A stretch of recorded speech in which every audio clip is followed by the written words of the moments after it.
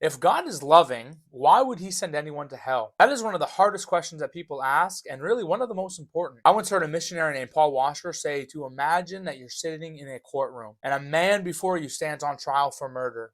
The evidence is clear, the witnesses testify, the verdict is obvious, he is guilty, and everybody in the world knows it. But then when it comes time for the sentencing, imagine that the judge leans forward and says to that man, "You are free to go because I'm feeling loving today." Let me ask you this. Would anybody in that courtroom call that judge good? Of course not. We would call him corrupt. We would call him evil. We would say something is wrong with him. It would make national news. It would be completely and utterly wrong. Why? Because love without justice is not love at all. And here's the thing.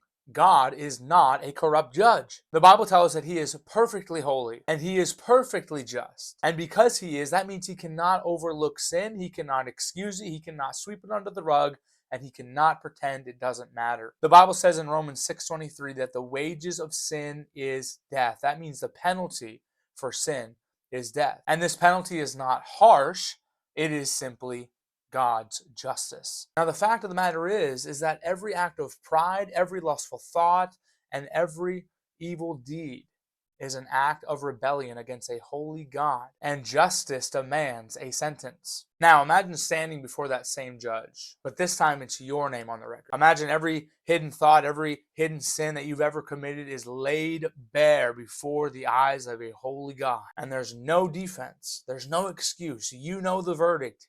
Guilty. And just as that gavel is about to fall, imagine Jesus Christ steps forward and says, "Put their punishment on me. I'm taking their sin." That right there, that's the gospel. So understand this. The same God who judges sin also took the penalty for sin.